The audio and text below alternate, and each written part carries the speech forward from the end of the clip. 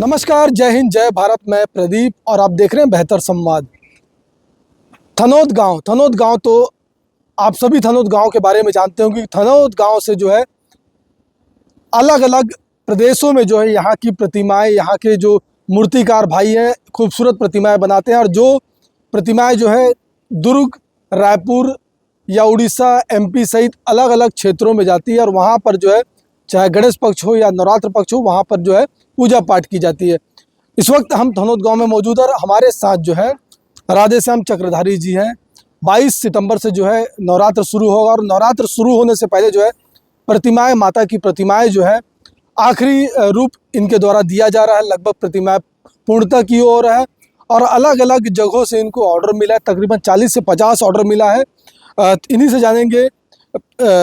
राधे श्याम जी, थोड़ा सा इतिहास बता दीजिए, इस गांव का इतिहास बता दीजिए, थनोद गांव का इतिहास बताइए और आपके परिवार का इतिहास बताइए कि कब से आप लोगों ने इस खासकर कला माटी बोर्ड में जब आप लोग कलाकृति जो शुरुआत की थे, मिट्टी से कलाओं को उकेरना, बनाना, प्रतिमाओं को बनाना, कब से शुरुआत किए थे? ये तो मेरा चौथा पीढ़ी है।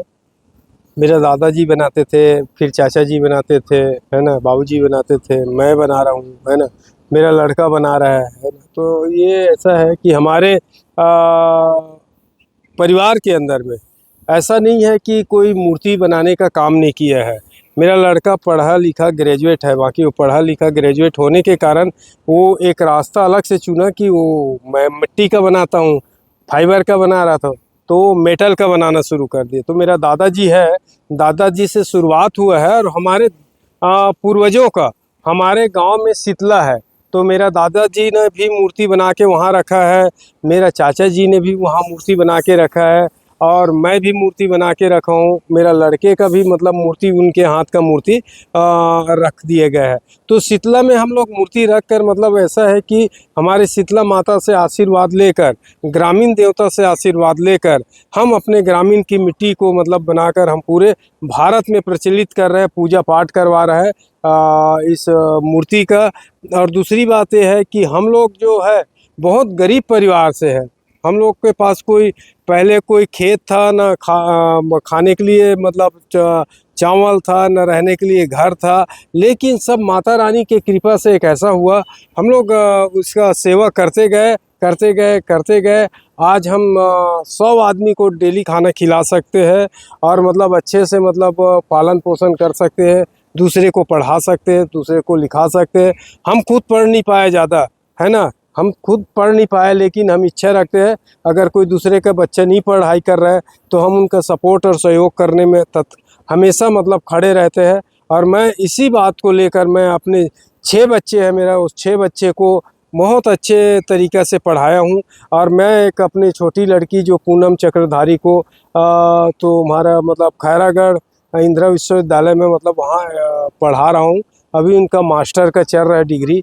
तो ऐसा है कि मैं अपने अंदर में जो कमी पाया उनको मैं बच्चे के अंदर में देखना चाहता हूँ, वो चीज़ मैं सोचकर इस मूर्ति काम को बहुत आगे बढ़ाया और आगे बढ़ते यहाँ तक हो गए कि हमारा नाम पूरा भारत में चल रहा है, पूरे छत्तीसगढ़ में चल रहा है। और इस चीज़ को मुझे दादी जी से प्रेरणा मिला कि मैं 6 साल का था, अगर वो कोई भी मिट्टी पकड़ के अगर कुछ भी बना दिया करता था तो मैं दौड़ के दादी जी के पास जाता था कि ये क्या बनाया दादी, बतला दो ऐसा करके। तो वो बोलते कि ये बैल का मुंडी है, तो ऐसा है, पोरा है, जाता है ऐसे। तो उस मुंडी को अपने हाथ से बनाकर फिर वो बैल बना देते थे, सीली फीट कर देते थे और मार्केट में बेच देते थे। और बेचकर उस पैसे को मेरे दिखाते थे कि देखो इसको 2 रुपये में बेच के लाया हूँ। तो उससे मेरे को मतलब ऐसा हुआ कि मेरा कला मार्केट में बिक रहा है, तो मैं क्यों ना इसको मतलब आगे अच्छे रूप में करूं करके। तो मैं पढ़ाई बहुत कम किया और ध्यान लगा दिया। बड़ा बड़ा कलाकार रहता था, उनका मूर्ति देखता था और कैसे मेजरमेंटिंग है, कैसे उनका स्ट्रक्चर बनता है, कैसे मिट्टी बनता था। मेरे को तो भगा दिए करते थे मूर्तिकार लोग, भगो यहाँ से, निकलो यहाँ से, ऐसे करके। तो उस चीज़ का मुझे बहुत दुख हुआ। तो आज मैं, मेरे पास जो मूर्तिकार आते हैं उसको सम्मानित करता हूँ, मतलब बिठाता हूँ और उसको एक एक चीज़ बताता हूँ। मैं एक राधे नहीं, 1000 राधे छत्तीसगढ़ में बनाना चाहता हूँ। और मेरे इस ख्वाब, जो मेरा ये सपना है, धीरे धीरे पूरा होते जा रहा है। मेरे छत्तीसगढ़ में एक ऐसे ऐसे कलाकार उभर के आ रहा है कि मैं खुश हो जाता हूँ। दूसरी बात यह है कि मैं उन कलाकारों से, उन मेरे अपने चेला से एक ही आग्रह करता हूँ कि धर्म और ग्रंथ का ही मूर्ति बनाए, इधर उधर का मूर्ति न बनाए। ये बताइए, लगातार कई सालों से आप लोग मूर्ति बना रहे, प्रतिमाएं बना रहे, दुर्गा पूजा 22 तारीख से बैठ रही है, तो कहाँ कहाँ से ऑर्डर मिला और किस प्रकार की प्रतिमा इस बार जो है आम भक्तों को देखने मिलेगा? इस बार ऐसा है कि नया ट्रेंड में चल रहा है कि नंदी के ऊपर सवार। और पहले क्या था कि छोटा शेर, बड़ा माता रानी। तो इस बार ऐसा हो गया है कि बड़ा शेर और छोटा माता रानी, और जो ये साज सज्जा में जो बाहर से सामान आने लगा है, तो नेचुरल और सुंदरता, आर्टिफिशियल सामान ज़्यादा लगने लगा है। और मुझे एक चीज़ का अच्छा लगा कि पहले बारदाना का साड़ी बहुत पहनती थी माता रानी, लेकिन अब पूरे टोटल माता रानी रीजनल साड़ी पहनते हैं और भाव भक्ति के साथ सुंदर श्रृंगार करके उसको 2 दिन 4 दिन पहले ले जाता है। तो लेकिन मूर्तिकारों को एक चीज़ से परेशानी है कि जो आगमन निकालते हैं उससे पहले मूर्ति ले जाते हैं, उससे हम मतलब संतुष्टजनक हम उसको तैयार नहीं कर सकते। ये बताइए, कितना मेहनत लगता है, मतलब एक प्रतिमाओं को मूर्त रूप फाइनल टच देने में कितना समय लगता है और कितनी मेहनत लगती है? एक मूर्ति को बनाने में हम सोचा जाए तो हम अगर एक मूर्ति को बनाएं तो एक मूर्ति बनाने में हमको 1 महीना लगेगा, लेकिन हम 20 मूर्ति भी बनाएंगे तो टीम के साथ 20 मूर्ति बना सकते हैं। लेकिन ऐसा है कि उस मूर्ति को गीला है, हम आग दिखा रहे हैं, अगर आग लग गया तो उसको मतलब हम काबू नहीं पाए तो पूरा मूर्ति खराब हो जाते हैं। मान लीजिए एक खीला मारना भूल गए, मूर्ति को सरकार है तो स्ट्रक्चर टूट गया, तो उस मूर्ति को काबू में लाना बड़ा मुश्किल है। ये बहुत चुनौती रहता है मूर्तिकार के लिए, एक एक चीज़ को देखना पड़ता है, कहाँ खीला लगा है, कहाँ मिट्टी कमज़ोर हो गया है, तो कहाँ मिट्टी ज़्यादा हो गया। मिट्टी अगर हम ज़्यादा भी लगाएंगे तो भी लुढ़क जाएंगे मूर्ति, अगर मिट्टी कम लगाएंगे तो भी मतलब उसमें मतलब क्रैक आ जाएंगे मूर्ति में। तो इस चीज़ को, बहुत सारी चीज़ को ध्यान देते हुए मतलब हम ऐसे मूर्ति को तैयार करते हैं। मैं कहता हूँ अगर मेहनत जो है तो इससे बड़ा तपस्या कुछ नहीं है। इंसान अगर मूर्ति बना ले तो उसको पता चल जाता है कि माता रानी बनाने में जितना बड़ा तपस्या, उतना बड़ा तपस्या कोई चीज़ में नहीं। कहाँ कहाँ मूर्तियाँ जो बन रही हो जाएंगी? अभी जाएंगे मेरे मूर्ति, उड़ीसा जाएंगे, बालाघाट जाएंगे और कोरबा जाएंगे, राजनांदगांव जाएंगे, धमतरी जाएंगे, दुर्ग जाएंगे, भिलाई जाएंगे, है ना, और बिलासपुर, बेमेतरा और इधर धमतरी।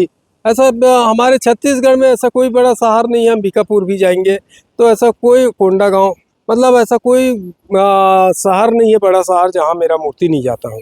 पहले अकेला करते थे, आज 100 लोगों की टीम है आपकी, तो संघर्ष भी रहा, सफलता भी मिली, और कहीं ना कहीं जो सरकार का एक मुहिम है आत्मनिर्भर की ओर आप भी बढ़ रहे हैं, लोगों को रोजगार दे रहे हैं, तो इस पे क्या कहेंगे? इसमें मैं हमारे मोदी जी का विचार और उनका सोच मुझे बहुत अच्छा लगा कि आत्मनिर्भर होना ही मतलब आदमी का आगे बढ़ने का मतलब बहुत चांस होता है। अगर हम आत्मनिर्भर नहीं होंगे, हम अपने आप को ही मतलब विश्वास नहीं करेंगे, तो हम आगे नहीं बढ़ पाएंगे। इसलिए आगे नहीं बढ़ पाएंगे कि हम दूसरे के भरोसे में रहेंगे, मतलब हम आत्मनिर्भर नहीं हो सकते। तो उनका बात मुझे बहुत अच्छा लगा, और उस बात को मैं लेकर, मोदी जी के बात को लेकर मैं बहुत ही मतलब ध्यानपूर्वक काम करता हूँ। अगर मेरे पास 4 लेबर नहीं आता है तो बस मैं मोदी जी की वो जो बात है उसको याद करता हूँ कि ये नहीं आया है तो मैं तो सक्षम हूँ, तो मैं इस चीज़ को लेकर चलता हूँ। और दूसरी बात, हमारे जो विधायक है ललित चंद्राकर जी, हमारे समस्या में खड़े होकर मतलब साथ देते हैं।